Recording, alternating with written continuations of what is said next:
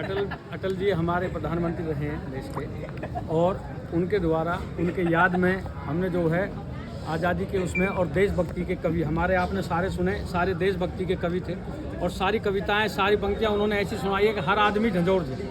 जो लोगों के हाथ भी नहीं उठते, बुजुर्ग जो हैं वो ताली बजा रहे हैं इनकी पंक्तियों के ऊपर। तो हमने सिर्फ यही मकसद था कि हम अपने क्षेत्र के अंदर, अपने वार्ड के अंदर, अपने इस बस्ती के अंदर हम देशभक्ति की कोई ऐसा प्रोग्राम आयोजन करें जो आज तक हुआ नहीं। और ये सच है कि हमारे यहाँ पे पहली बार ये कवि सम्मेलन हुआ है। रागनियाँ बहुत हुई हैं, जागरण बहुत हुए हैं, कीर्तन बहुत हुए हैं, परंतु ये कवि सम्मेलन जो है, देशभक्ति का कवि सम्मेलन जो है गणतंत्र दिवस पे क्या किसी भी दिन में पहली बार हुआ है। और आज इसमें हमें बहुत चीज़ें सीखने को मिली है। और आज इस पावन दिन पे हमारे हरियाणा सरकार के मंत्री भाई राजेश नागर जी और उनके साथ साथ पूर्व चेयरमैन और उनके धर्मपत्नी चेयरमैन भी है सिटिंग संदीप जोशी जी हमारे बीच में आए, उनका भी अभिनंदन है। और उन्होंने भी सुना और उन्होंने भी प्रशंसा की और सारे लोग खुश हैं। और सब जो आए हैं मैं इनको सबको बधाई देता हूं। और आपके चैनल के माध्यम से मैं समस्त देशवासियों को गणतंत्र दिवस की बहुत बहुत बधाई और शुभकामनाएं। खुले मन से भाजपा नेता बहुत कुछ बोल गए मन ही मन में, और लोग समझने वाले समझ गए। और ऐसे में पूर्व विधायिका ने भी आपको लेकर कहा था कि आपके भाजपा में आने से काफ़ी ज़्यादा मजबूती मिली है।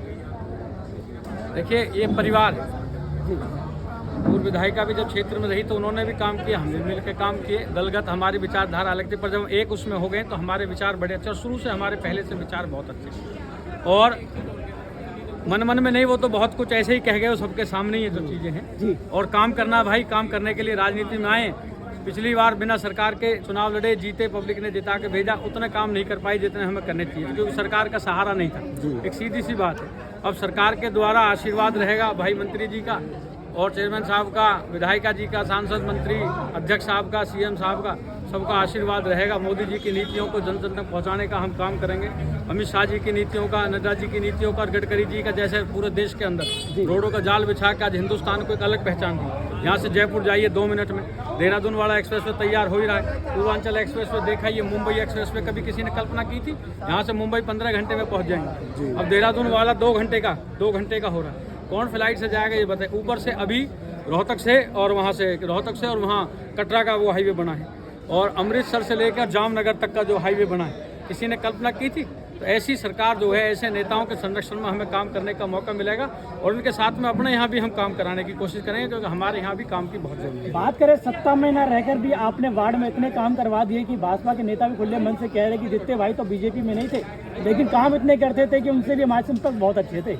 देखिए, काम करने की हमारी आदत है, स्वभाव है, चरित्र है हमारा। हम व्यक्तिगत अटैचमेंट लोगों के काम करते हैं। काम के लिए लड़ते थे, जब काम के लिए लड़ते थे। अब आसान लड़ाई है, जब 100 काम के लिए हम फाइल लगाते थे, 10 फाइल पे सुनवाई होती थी, 1 फाइल पे काम।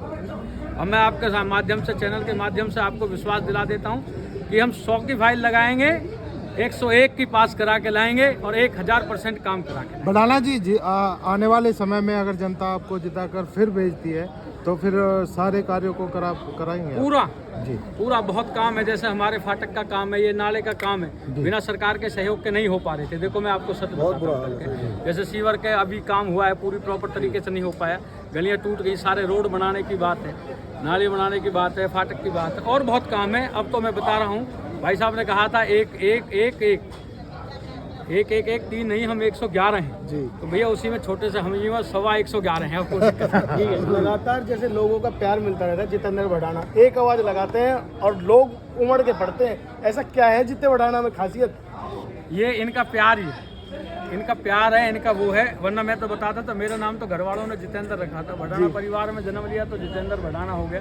जितेंद्र भड़ाना को हटा के जीते भाई जो नाम रखा वो इन्होंने रखा। वो नाम विश्वास का है, वो प्यार का नाम है, सम्मान का नाम। वो ये नाम है कि रात को 1 बजे भी हमें जरूरत पड़ेगी तो हमारा साथी, हमारा भाई खड़ा मिले, वो नाम। तो उसके विश्वास को बनाए रखने के लिए हम पहले भी तैयार थे, और अब तो भैया हम कई बार बोलते थे कि भाई हमारी सरकार नहीं है, इसलिए काम में दिक्कत आती जी। नमक हलाल फिल्म का गाना था अमिताभ बच्चन का, मेरे पैरों में घुंघरू बना दे फिर मेरी चाल देख ला। अब देखना हमारी चाल, सरकार आ रही है, सरकार के साथ काम करें। और अब नगर निगम में जब जाएंगे तो बड़ी मजबूती से हम काम करें।